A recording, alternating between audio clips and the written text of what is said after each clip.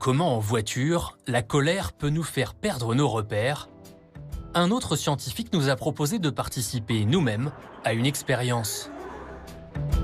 Christophe Jallet est chercheur en psychologie cognitive. Voilà la salle de contrôle. Dans ce simulateur de conduite, il va tenter de me mettre en colère. C'est une vraie voiture. Donc c'est une vraie voiture. Donc ça, c'est un vrai volant, un vrai levier de vitesse. Vrai levier de vitesse. Et donc elle est équipée de différentes caméras qui vont filmer l'intérieur de la voiture. Et on a des caméras infrarouges qui vont nous permettre de savoir quand vous accélérez, freiner, débrayer. Des capteurs vont aussi mesurer mon rythme cardiaque, ma respiration. Allez-y. Ouais, je pense que c'est bon. Et ma transpiration. Donc ça, c'est quoi que vous mettez sur les doigts? Des petites électrodes, en fait. Ça va nous permettre de savoir la sudation que vous avez au niveau des doigts. Ça réagit assez bien à des stimulations qui sont surprenantes. Par exemple, ça, voilà. Là, je suis monté, là, c'est ça? Voilà. Avec ça, vous allez un peu savoir ce qui se passe dans mon corps pendant que je conduis, en fait, et qu'il y a des événements Alors, non qui arrivent. seulement on va pouvoir savoir ce qui se passe dans votre corps, mais on va pouvoir après en déduire ce qui peut se passer dans votre tête et dans le traitement de l'information au niveau du cerveau. Et là, vous m'avez préparé quoi, en fait? Qu'est-ce qui va se Je passer? peux pas vous dire. Je ne connais pas le scénario qui a été préparé. Donc installez-vous. Du coup, je m'installe normalement. Ouais, installez-vous dans la voiture. Alors. Puis, c'est quoi ça? Ça peut vous perturber et faire comme le mal de mer, et vous pouvez être sensible au mal du simulateur. Et dans ces cas-là, c'est en cas où vous vomissez, vous avez un petit sac à vomi. Je ferme la portière et vous réglez comme une voiture normale. Ok. Monter un Vous démarrez.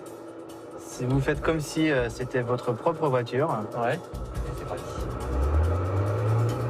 Sur l'autoroute, j'ai une seule consigne. J'accélère encore un petit peu, là. Allez, on passe la 5e. Respecter le code de la route. J'ai l'impression de passer mon permis, c'est un petit peu intimidant de vous avoir à mes côtés. Là. C'est marrant, on oublie vite qu'on est dans un simulateur en fait. J'ai l'impression qu'il y a un camion là-bas. Je le double. Vous pouvez le doubler. Allez, je le double. Oula, il y a 3 camions à la suite là. Ouais. Soudain, une voiture arrive très vite derrière moi et me colle pour que je la laisse passer.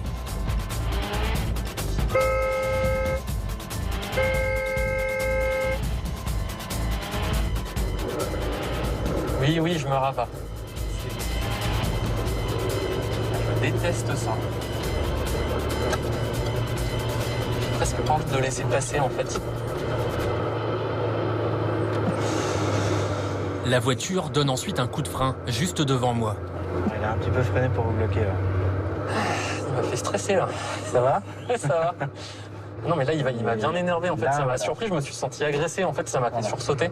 J'ai ressenti son coup de klaxon là, comme une agression et du coup le fait qu'il me colle en plus vraiment à quelques centimètres derrière, c'est comme s'il voulait me pousser, me frapper et j'avais pas envie de dépasser la limite. Je me dis bah voilà, je roule à 130, c'est quoi son problème en fait? J'avais presque envie de pas le laisser passer pour lui donner une bonne leçon en fait là. Ça y est, c'est terminé.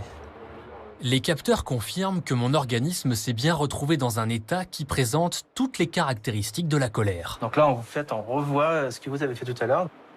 Mon rythme cardiaque a changé, ma sudation a augmenté. Votre rythme respiratoire change en fait. Là, il s'est accéléré, par exemple, on le voit.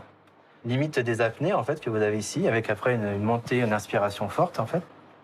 Mais j'ai surtout eu une réaction dont je ne m'étais pas rendu compte. Après la queue de poisson de l'automobiliste, j'ai ralenti, puis je suis resté longtemps à 90 km/h sur l'autoroute, comme si mon esprit était occupé par autre chose. Le fait de ralentir, généralement, ça laisse supposer que vous êtes en train de penser à la situation que vous avez vécue. Du coup, votre attention n'est plus tournée vers la route, mais elle est tournée en fait vers la situation, le rejeu de la situation que vous êtes en train de faire dans votre tête. C'est cette focalisation attentionnelle qui va être dangereuse. Les chercheurs appellent cela l'effet tunnel. Donc c'est ce qu'on observe quand on est en colère. On a un rétrécissement du champ visuel. On a une perception des risques qui est amoindrie. Vous allez accélérer plus fortement, freiner plus fortement, réduire les distances de sécurité. Vous diriez que quand on est en colère, on devient un peu une autre personne au volant? Pas forcément une autre personne, vous êtes toujours vous-même, mais par contre votre perception de l'environnement est différente. Votre perception des risques, de votre danger et du danger des autres est différente. Une perception des risques altérée qui, dans certains cas extrêmes, peut provoquer un accident ou même pousser à frapper un autre automobiliste.